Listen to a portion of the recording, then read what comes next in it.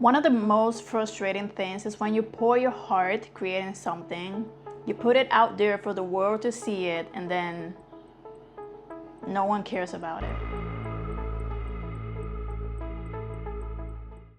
Each time I post a new YouTube video, I look at my subscribers, I look at my view counts, and my negative thoughts start spiraling all over the place. What is the point of spending so many hours thinking of an idea, writing, recording, editing, for no one to even click on the video? My motivation kind of fades away with every new attempt. If this is something you find relatable, it doesn't necessarily have to be with creating YouTube videos. You could be an artist trying to build an audience, or a writer trying to publish their first book. Whatever it is you are trying to pursue, I wanted to make a video on the topic of how to stay motivated and how to continue pouring passion into what you create, even if no one watches. Number 1, be delusional. You gotta be delusional in order to accomplish your dreams. Hear me out. Here's an example. You can't think you're going to be overweight all of your life and suddenly develop the body of an athlete. You can't think you'll never have a job that you love and suddenly find your dream job. Because what is the point of pursuing something that you don't even think is possible to accomplish? You're not gonna put in 100% of your effort. You gotta become your biggest fan. Even if no one believes in you, you gotta believe in yourself. And I wanna share a story about a delusional man that I find really inspiring. His name is Roger Bannister. For over 2,000 years in the history of humanity, everyone, scientists, doctors, physiologists, they all thought it was physically impossible to run the distance of a mile in less than 4 minutes.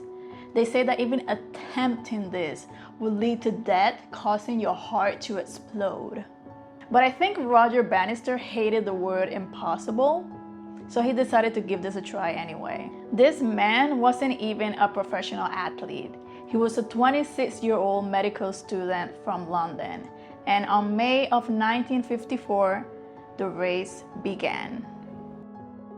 No one even believed in Bannister. They thought he was crazy to even attempt this, but there he was. After the third lap, as he was entering the turn onto the final stretch, he finished the race in 3 minutes, 59.4 seconds, breaking the world record, making on that day the impossible possible. But the story doesn't end there. The part that I find the most fascinating is that within the span of 4 years, 20 more people broke the record. Think about this for a second. For over 2,000 years, no human ever ran a mile in less than 4 minutes, and after one person did it, 20 more people were able to do so. When people finally started to believe that this was possible, they were able to do it themselves. Proving that the real limitation most of the times is in our minds. Whether you think you can or you think you can't, you're right. Number 2, embrace your cringe. Give yourself permission to be cringy. Sometimes we quit or we don't even try because we think we're making a fool of ourselves, we're being embarrassing. Oh, I don't know how to make videos, I don't know how to speak to a camera, I'm bad at this, people are gonna laugh at me. So what? Give yourself permission to be a beginner. By being willing to be a bad artist, you have a chance to be an artist, and perhaps, over time, a very good one. Focus on the things that you can control. You can't control how many people click on your video, how many people like your post, how many followers you get, how many likes you get. What you can control and what you should focus your energy on is how to become a better creative, how to tell better stories, how to learn to exchange real value, how to find my authentic voice. Focus on the things you have agency over, and over time, the things you're looking for will come into place. Risk is better than regret.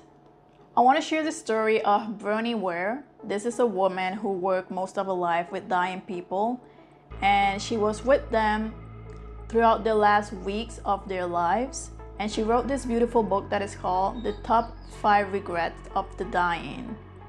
When questioned about if they had any regrets or anything they would do differently in their lives, one of the most common regrets the dying had was, I wish I had the courage to live a life true to myself, not the life others expected of me.